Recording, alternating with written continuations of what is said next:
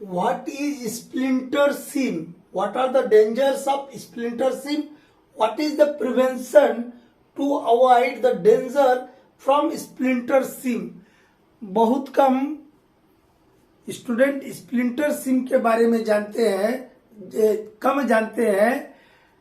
ये जो splinter SIM था इसने कहर मचा दिया था 1958 में चिनाकुरी में 1958 में एक गैस एक्सप्लोजन हुआ था। फार्डेम का एक्सप्लोजन हुआ था 1958 में और उसका मेन कारण था आपका स्प्लिंटर सीम। ठीक है, हम चिनाकुरी का भी जिक्र करेंगे, गैस एक्सप्लोजन का जिक्र करेंगे इसी में। पहले ये तो देख ले कि स्प्लिंटर सीम होता क्या है, और नहीं तो हम बोलते चले जाएंगे और आप लोग सुनबो नहीं कीजिएगा। देखिए एक क्या दिखाया यहाँ पे, वर्किंग कोल सीम दिखाया है। ये ऐसा जो दिखाया है ना, इसका मतलब रहता है कि वर्किंग हो रहा है उसको दिखाते हैं। ठीक है, तो ये वर्किंग सीम है। ठीक है, ये वर्किंग सीम है। ये ओवरलाइंग कोल सीम के ऊपर का स्ट्राटा, ओवरलाइंग स्ट्राटा, ऊपर वाला स्ट्राटा रूप बोलिए। और इसके बॉटम में देखिए स्टोन बैंड है। उसके नीचे में हम दिखाए एक पतला सा 1 से 3 फीट का एक सीम दिखाए हैं, इसी को बोल रहे हैं स्प्लिंटर सीम। ऐसा जरूरी नहीं कि बॉटम में होगा, रूप में भी हो सकता है। हम यहाँ बॉटम में दिखा दिए, फ्लोर में दिखा दिए, नीचे की तरफ दिखा दिए, ऊपर भी हो सकता है। स्प्लिंटर सीम होता क्या है? उस सीम को स्प्लिंटर सीम बोलते हैं जो कि वर्किंग सीम के क्लोज प्रोक्सिमिटी में रहेगा, जो पास में रहेगा, एकदम बहुत करीब में होता है, और जिसका मोटाई बहुत कम होता है, 1 से 3 फीट, मतलब 1 मीटर। 3 फीट यदि कहीं है तो मोटा मोटी 1 मीटर ही है।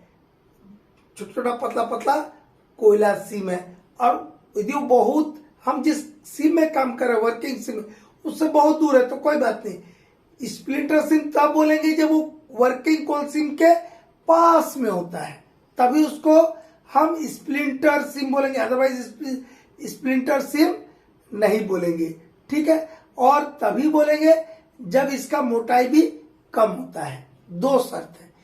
तो स्प्लिंटर सीम इतना समझ आए कि स्प्लिंटर सीम उस सीम को बोलते हैं जो वर्किंग कोल सीम के बहुत पास में होता है और जिसका मोटाई भी बहुत कम होता है, 1 से 3 फीट। देखिए बीच में स्टोन बैंड है, ये वर्किंग सीम है, बीच में स्टोन बैंड है पतला सा, उसके बाद एक सीम है, कोयल का सीम है, उसी को बोल रहे हैं स्प्लिंटर सीम। अब हुआ क्या था, इससे खतरा क्या है? इसका खतरा इस देश ने 1958 में 1958 में चिनाकुरी में भुगता है। ठीक है, इस स्प्लिंटर सीम से हुआ क्या था कि गैस आउटबर्स्ट हो गया, अचानक गैस निकल गया। और आप यहां काम कर रहे हैं, पास में है, पास में क्यों वर्ड बोला था वो ध्यान रखिए।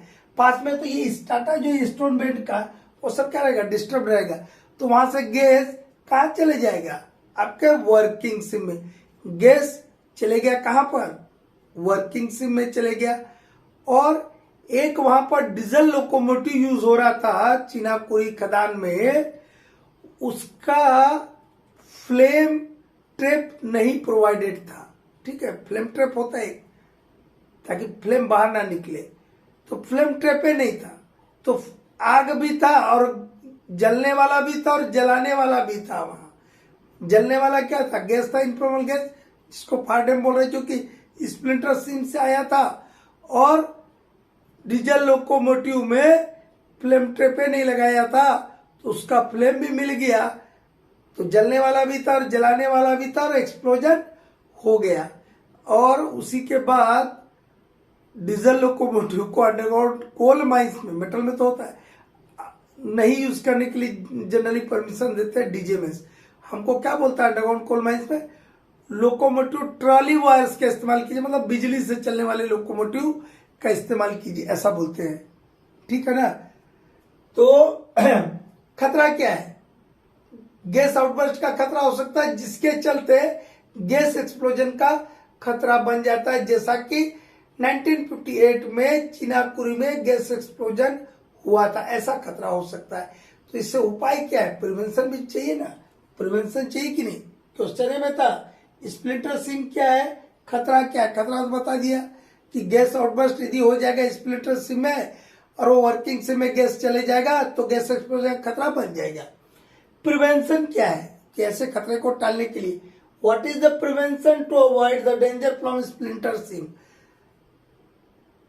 एक कहावत हिंदुस्तान में बोलते हैं भैया, न रहेगा बांस न बजेगी बांसुरी। तो वही वाला प्रिवेंशन मेथड यहाँ लगाया बाद में हमारे साइंटिस्ट लोगों ने। क्या करते हैं, ये जो वर्किंग सिम है यहां से हम बोरहोल ड्रिल कर दिया, वर्किंग सिम से स्प्लिंटर सिम तक बोरहोल ड्रिल कर देंगे कुछ कुछ इंटरवल पे। तो क्या होगा, जो गैस होगा वो धीरे धीरे निकलते रहेगा और वर्किंग सिम का जो वेंटिलेशन है उससे रिटर्न से होते हुए, मेन रिटर्न से होते हुए, पंखा घर से होते बाहर निकल जाएगा। कंसंट्रेशन होगा जब ही ना एक्सप्लोजन होगा। आपने जब कंसंट्रेशन नहीं होने दिया। अब ये आप इस टाइप का यदि कहीं माइंस में आप काम कर रहे हैं तो वहां पर साइंटिफिक स्टडी करा के ये चेक कर लेना चाहिए कि स्प्लिंटर सिम से क्या खतरा है। खतरा है, गैस का खतरा है, आपको लग रहा है, तो फिर ये बोरहोल वाला तरीका लगा के बोरहोल ड्रिल कर दीजिए। धीरे धीरे गैस रिस जाएगा, आपके वर्किंग सिम में गैस जमा नहीं होगा और गैस एक्सप्लोजन का खतरा नहीं रहेगा। ठीक है, तो उम्मीद करते हैं कि एक नया चीज टाइप का मिला होगा आपको। चंद्रदेव प्रसाद सिंह करके एक माइनिंग के राइटर थे, बहुत पहले बुक लिखा करते थे। उनका बुक दुर्भाग्यवश मेरे पास से गुम हो गया या हम किसी को दिए वापस नहीं मिला। उसी बुक से मैं इस मैटर को पढ़ा था, चंद्रदेव प्रसाद सिंह। ठीक।